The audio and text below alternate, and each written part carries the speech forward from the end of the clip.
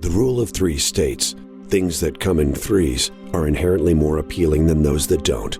With the next generation GMC Sierra, Canyon, and Sierra Heavy Duty, we couldn't agree more. Whether you choose to have the world's first 6-function multi-pro tailgate available only on the next generation GMC Sierra, to confidently take on heavy loads with the available 6.6-liter V8 Duramax turbo diesel in the GMC Sierra Heavy Duty, or to get behind the wheel of the only midsize premium pickup on the road, the GMC Canyon, you'll realize all three help you do one thing: go professional grade. During GMC's Truck Month, qualified buyers can get 0% APR financing on most 2019 GMC Sierra and Canyon models. Truck Month, like a pro. GMC. Excludes Sierra 1500 AT4 and Denali models and Canyon SL models. Length of contract limited. Some customers will not qualify. Not available with some other offers. Take retail delivery by 5/31/19. See dealer for details. Hi, this is Tony Ruggiero, the Dew Sweeper. You're about to listen to an episode of The Tour Coach, which is going to give you an inside look at coaching golf at the very highest level, from on the PGA Tour with my guys all the way to here at Mobile, Alabama in the Dew Sweeper Dome, as we help folks of all skill levels, all walks of life, learn to achieve their golfing goals. So on this edition of The Coach, sit down here at the Dome with one of the guys I teach who played at Oklahoma State, Brad Gehl. And Brad is one of the first players we're going to put up here that isn't playing on the PGA Tour. He's played a little web. He's currently playing in PGA Tour China. And the reason I wanted to bring him on was I think his story's fascinating. His outlook on golf, to me, is special. I think his will to get better and to find ways to get where he's going, and his belief in himself are different. I ultimately think it will lead him to the PGA Tour. He works with Greg Carton, who you've heard on the show. He works with Colby Touye. We all work close together, and his belief in his team, his belief in where he's going is different. And it starts all the way back from junior golf and him walking on at Oklahoma State, not being super highly recruited or being anything special, to be honest, but believing that he belonged there and that he could learn something from the best players in the world, and learn something from playing at Oklahoma State, and that he could get to where he could beat them, all the way to living in Jupiter, Florida, and the guys he hangs out with and he plays with and that he's friends with. And I think it's a really cool story. And I think the fact that Brad's willing to pack up all of his stuff and go to China to find a place to play golf, to earn his way to the web.com and the PGA Tour, says something about him and says something about what it takes to be great in this game. And I think you'll enjoy as I sit down with Brad Gehl. Hey everyone, if you like free golf gear, and specifically Vineyard Vines, which is amazing stuff, we have a giveaway for you. First off, thanks for listening to this podcast. I'm really enjoying the Tour Coach, and I hope that it's become part of your weekly routine as well. And we want to help more people find the show, but we need your help. Here's how. Post a screenshot of the Tour Coach podcast episode that you're enjoying the most and tag at Golf Science Lab or Tony at the Dew Sweeper. Instagram or Twitter are the two places to do that. Post these photos of your favorite episode, tag us, and you are entered to win a Dew Sweeper Vineyard Vines polo and a $100 gift card for Vineyard Vines. Does it get any better than that? So help us share this show. You have 2 weeks to enter, so limited time. And the more times that you post, the more entries you get. Let's do this.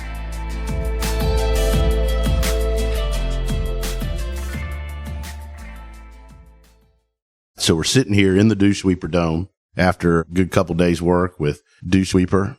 Brad Gehl hails from Jupiter, Florida now. So I thought it'd be good, Brad, to have you sit in here.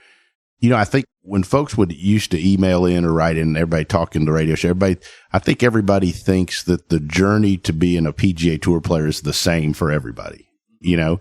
And so I teach a lot of good junior players, and they all would look at the Robbie Sheltons and the Bobby Wyatts, and they would feel like that if they weren't one of those, I use those as examples because I know them, but that they didn't have a chance to get there. And I think your story is an interesting one, and I think it's interesting for anybody that is trying to improve at the game, because, you know, we've worked now for over a year and a half. You've made big strides. But to me, the cool thing about you is that your belief that you're going to get there and that you're going to be an elite player. And I think that's different. I mean, I've taught a bunch of good players that were extremely talented that didn't have that belief and probably didn't make it because of that.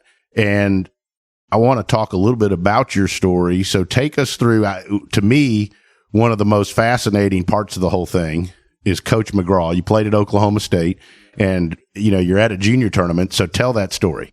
Yeah. I'm at the Big Eye. It was after the first round, and Coach was out there. He was taking notes kind of in the practice round. They had like a long drive contest, and on I think it was the 10th hole, and I like rope hooked one out there, like 3-something, and he wrote my name down because I was 5'3", 5'4" at the time. I was nothing, weighed 135 pounds.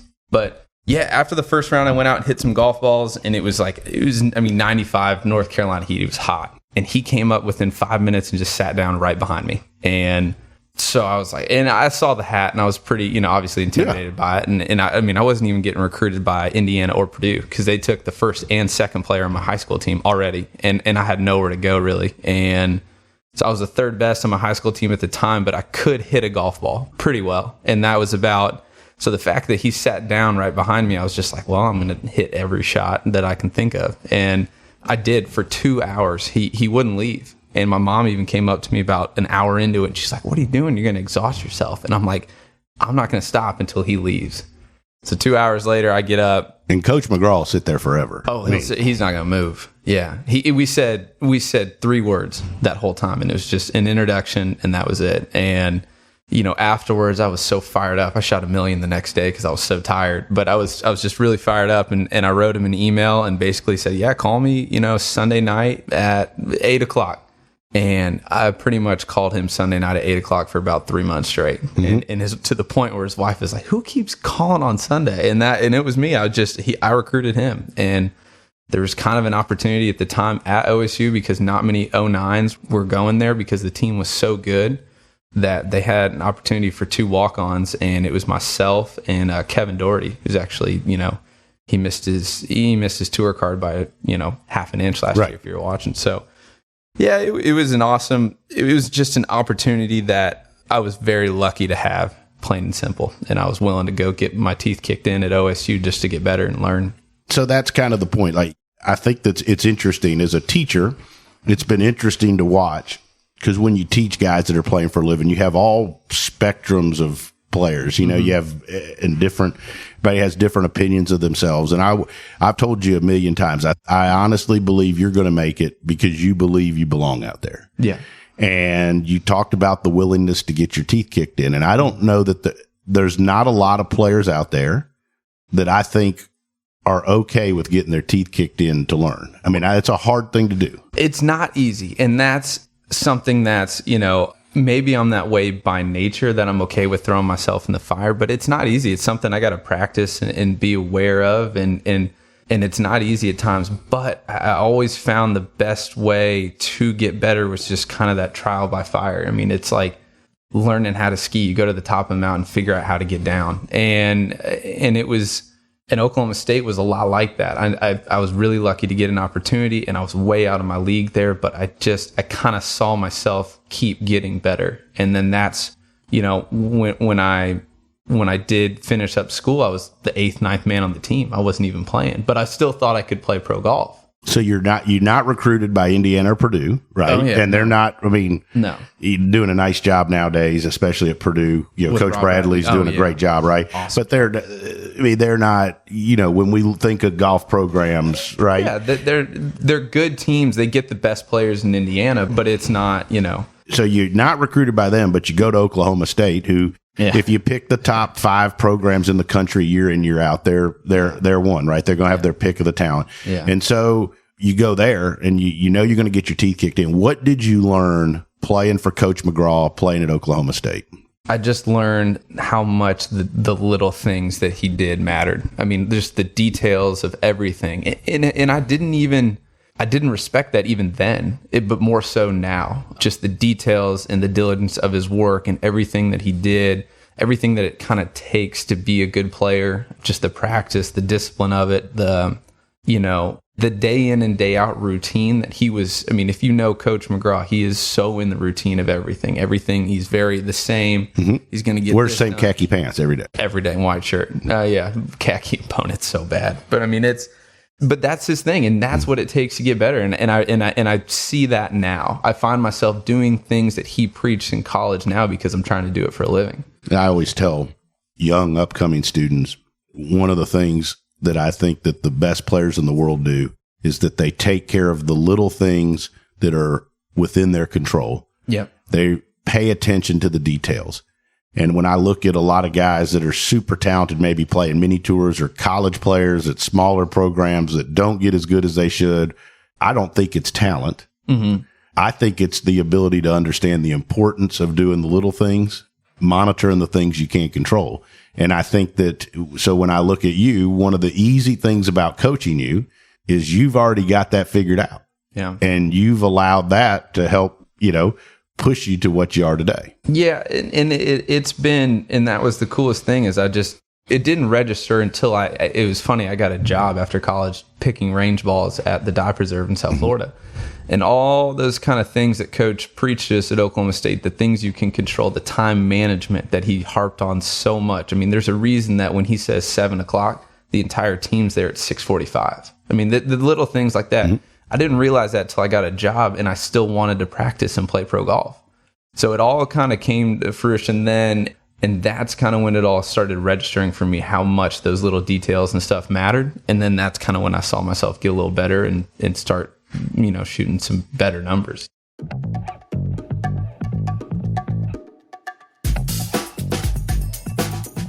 All right, Tony, we're going to try out a new segment on the podcast. This is Tony's Restaurant Picks this week for the Valero, Texas Open Week in San Antonio. Where are we headed? Well, San Antonio, where I went to college, St. Mary's University. So I go out there a pretty good bit. A bunch of my college buddies, Rich Dupre and Big Al Miller, live there. And so, but when I go there, I'm always looking for barbecue. And, there's lots of trendy new barbecue places in the city. But I really always go to two places, and Rudy's Barbecue, the old mainstay right out there off of I-10, the original one. It's also in a gas station, or a gas station's part of it. Me and the guys ate there after play, or, during the week, during Valero, Texas Open this year. And then, of course, my favorite watering hole in San Antonio is just a dive bar not far from Rudy's called the Silver Fox. And you can actually get a Tombstone frozen pizza there if you get hungry late night. So that's my favorite places. And there's tons of great food, tons of great places in San Antonio. But, if you're looking for where I like to go when I'm out there for work or to duck into when I'm in town, that's two of my favorite spots all year. What are we getting at Rudy's? Is it brisket? Is it ribs? A little bit. We ate everything. In fact, I saw Lucas eat more meat than I'd ever seen a human eat, and Sepp, but the brisket's amazing. But they also have turkey that is really good. The whole thing is good. It's just authentic, real Texas barbecue. It's so good. And then you've got ice cold Lone Star right there, they're in little metal bins right when you walk in. The beer's on ice, bottles and ice. And so while you're in line, you can grab a Lone Star and drink a beer, which is right up my alley. This sounds like the perfect spot for a week out on tour. Yeah. It's again, we've talked about the importance to me of people eating together and the community. And so, San Antonio's kind of like two of my favorite stops all year, San Antonio and New Orleans and San Antonio, because of one, I know people there, spend a lot of time in both cities. I feel comfortable in both places, and I have favorite spots that I like to go to. Perfect. That is the San Antonio recommendation. Can we call you the Greg Popovich of restaurant picking for golf? Should that be your new nickname here? I normally, I love restaurants, but I'll tell you what, my guys are great at picking them. Lucas, obviously being on tour as many years as he does, has a great selection of restaurants to go to. So the majority of the time, he gives some pretty good restaurant advice. I wouldn't call me the Popovich. I'd probably host him a little bit like Popovich, drinking wine. But anyways, yeah, it's a lot of fun. Stay tuned for coming weeks as we'll cover your favorite wines, other restaurants, rum, and many more. Absolutely. All right, back to the interview.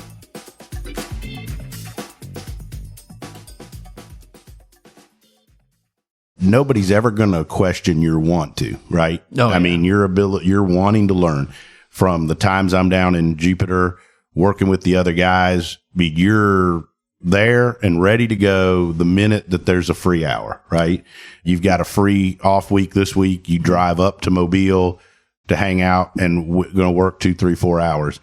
So you take the getting kicked in the teeth, couldn't play at Purdue and Indiana, go to Oklahoma State. You learn all this stuff. Now, I think you've taken the kicked in the teeth to another level because obviously through playing at Oklahoma State, you get to know Ricky Fowler. You're good friends with Ricky, one of the best players. I think a combination of not only one of the best players in the world, but one of the best people in the world and the best professionals in the world. For sure. And you take that relationship, you live in Jupiter, you play with him, practice with him all the time.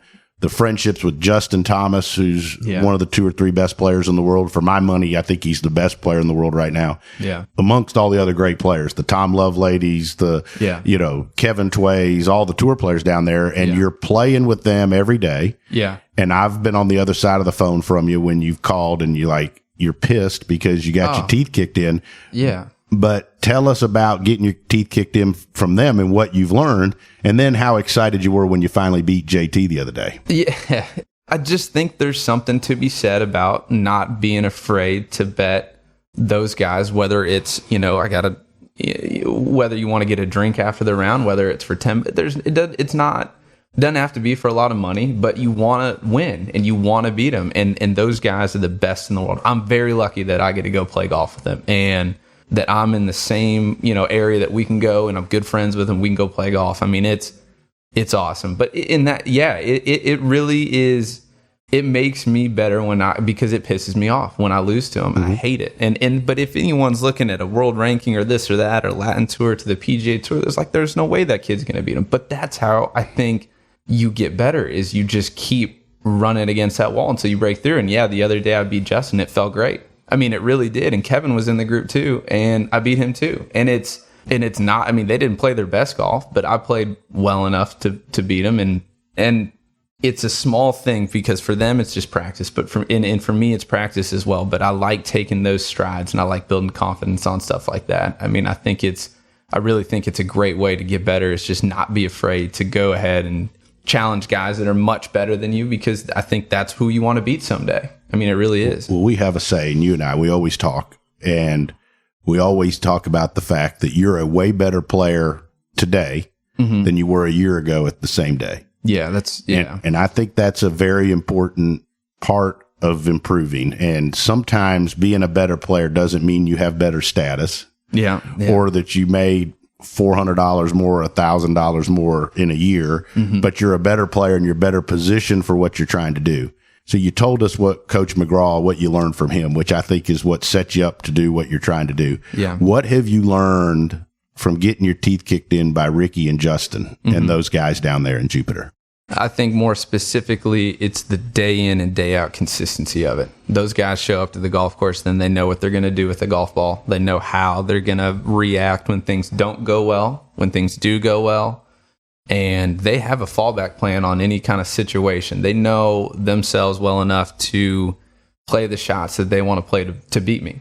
And that's what I've noticed with them, is the day in and day out. And that's what I respect so much about Justin, is that when we go play, I mean, he could slack it off and just kind of have some fun. But when I say, hey, let's get a game going, he's fired up. I mean, he's ready to go. And it doesn't, and it hats off to him, because he could just, I don't want to play, or I got this going, but he's fired up, and he wants to not beat me on 18. He wants to beat me on 15. He wants to try and beat me on 12. And and I think that's what I've noticed the most out of those guys, is that they don't want to win. They want to win by a lot, and they know how they're going to do it. And that's something that I had to really think about myself. What do I have to do myself to beat these guys? Not what they do, but you can kind of learn and pick off things that Ricky does, Justin does, and I mean, any good player, even at your club, if they chip it better than you, what do they do that they chip it better than you at? And different things like that. And that's kind of what I've picked off more specifically playing with those guys. Even as a teacher, I think you learn a lot from hanging around great players. Yeah. And so when I'm and I go down there, and you go out to Bears Club or you go to Medalist, you're going to be around a bunch of those guys. For sure. And, whether it's watching what Lucas Glover does, working with him, whether it's you, it's Tom Lovelady, or you're watching Justin work with his dad and practice, and you see Ricky at Medalist and all those things. To me, they all know what they're going to do. Mm-hmm. They all have a plan for how to beat you. Mm-hmm. But the interesting thing to me is every one of them's different, and they don't try to be something other than themselves. Oh, and that's the whole thing right there. Bo Van Pelt said something to me. He way back, when I was leaving college, he's like, you really have to know yourself. You got to know what you're doing. And I'll never forget it. It was my first web event at Victoria National, which is hard golf course. That was my first web event. And I was lucky enough to get a sponsor invite there. And I hit my drive right down the middle on 10. And then I had a hybrid in. It was like 240 or something like that. And I was sitting there and I was like, I have no idea what to do. I mean, I really didn't. I was like, do I want to hit a draw? Do I want to hit a cut? And I kind of laughed because that Bo's voice was kind of right there. It said, what do you do? I said, well, I got a long way to go to figure that out because this is the time to go. And I didn't know what shot to play.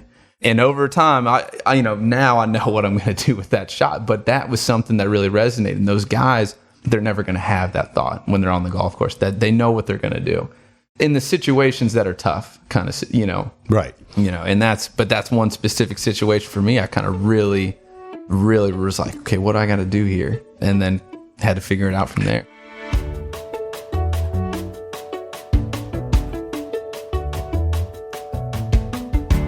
I think that becoming a great player is less about mechanics. I think, swing coaches like myself, I mean, we give you the fundamentals and we help you. Your golf swing certainly improved a ton. But I think that it's those steps that you were just talking about, like Bo Van Pelt, right? And I think that you have grown to know the type of shot you want to play. Mm-hmm. You've learned to know, you said the other day, hey, my game is keeping it in front of me, hit it plenty far, but keeping it in front of me. Mm-hmm. And I'm a great wedge player. And so you understand what you have to do to be successful. And I think that I've seen it. I've seen lots of very talented, really good players lose their way because they get away from who they are and their identity, and they try to be somebody different.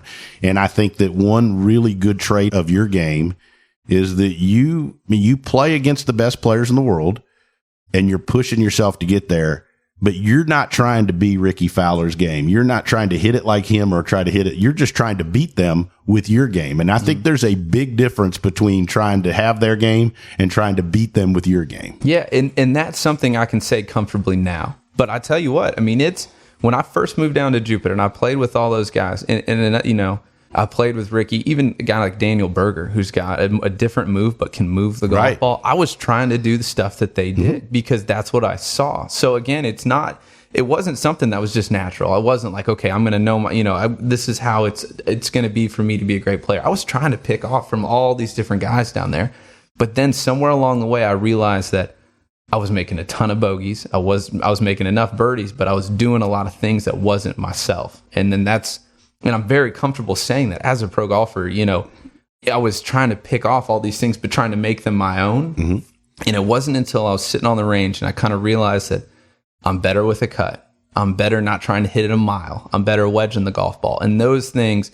And then I went and I played some rounds in tournaments thinking that about how I play this game. And then that's when I saw consistency. That's when I saw my numbers get better on my bad days. But it wasn't an overnight thing. It really took some time to what do I have to do to keep the ball kind of in front of me and keep my game to myself. Mm-hmm. But you're right. You're spot on saying that you see so many guys that get out on tour from Webb or whatever, and they try doing other things with the golf ball because that's what they see. Because those guys out there are no joke.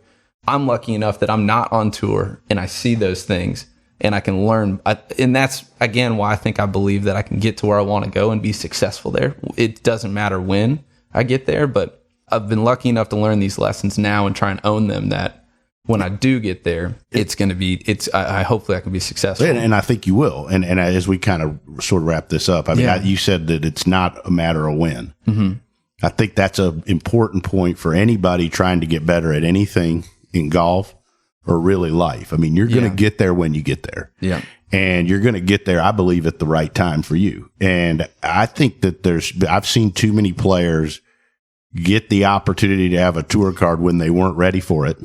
and fail, lose confidence, not be very successful, you're better to get the PGA Tour card 5 or 6 years later. I mean, look at Pat and Kazire, right? But you're better to get the tour card or get to where you're trying to go to when you're prepared and when you're ready for the success than to have it too early. Because I think getting it too early when you're unprepared at any level can cause you to lose your way and lose your confidence and lose your ability. And I couldn't believe that more. And it's easy to say that for a guy I've played a lot on Latin and I'm not there yet, but I firmly believe that the sacrifices it makes to be a good tour player and the time, the commitment, that when I do get there, I want to be ready and I want to stay there. I mean, I want to, and I've taken confidence in shortcomings in the fact that maybe I just wasn't ready and how are we going to get better? And I think that's a hard thing to do, but I firmly believe that, when you get there, you got to be ready. And in every facet of your game and in your mental game and everything like that. And that's just something that I'm very comfortable in my kind of path and journey with this game, is that I think when I do get there, I'll be ready and it'll be fun. Awesome stuff. Brad, thanks thanks for coming up to the Dome and thanks for sitting in. And hopefully, I think some folks are going to get some out of this. This is obviously something new. The Dew Sweepers we're doing and putting some stuff out, kind of some insight into players and, different things for folks to listen to. But I think this is interesting. Your path is different, and I think that it'll help. Everybody's path is different. And I think where people get off track is trying to make their path be the same as everybody else. And our job as teachers is to help you maximize your path. Yeah. And make you ready for when you get the chance on the right stage. So appreciate you sitting in and best of luck. And just promise me we'll sit down and do this again when you get your PGA Tour card. This is great, T. Thanks, man. Thank you so much for listening to this episode of The Tour Coach with Tony Ruggiero. If you enjoyed this, make sure to hit subscribe, Apple Podcasts, Spotify, wherever you are listening to this podcast. You can stay up to date because we have weekly episodes coming your way with fascinating people in the world of golf instruction at the highest level. Make sure to subscribe and stay tuned. If you want to learn more about Tony, head over to dewsweepersgolf.com to get all the details on what he's up to. Maybe you want to see him, grab a lesson, or go to one of his camps, pick up his book, Lessons from the Legends. You can do that there. If you want to see Tony in action with some videos and other content, head over to golfsciencelab.com/Tony to get more info there. This episode was powered by the Golf Science Lab and was edited, mixed, and produced by Just Hit Publish Productions. There's one thing, if you know about me, if you've listened to the Dew Sweepers, you've come to listen to me talk, is I'm big on loyalty. We give 100% here at the Dew Sweepers. We put a lot of emotional investment into everything we do with every one of our players. And the same can be said for our partners and the folks that have been with us for the long haul and help the Dew Sweepers, help our juniors, help us get to our tour players. And so I want to give a special thanks to our sponsors. Our sponsors are, first and foremost, Buick and our local Buick dealers here around the Southeast, Shrixon Cleveland Golf, who've been with me for over a dozen years, and their belief and support of what we do here with the Dew Sweepers. And lastly, the folks at Vineyard Vines. The folks at Vineyard Vines love what we do with junior golf. They support us on the road. There isn't a better family or group of people that are going to help us look our best, play our best, and have more fun than the folks at Vineyard Vines. So special thanks to our sponsors. Please support those as you get the opportunity. And for more information about any of those, check us out at dewsweepersgolf.com, or you can always check me out on Instagram at the Dew Sweeper.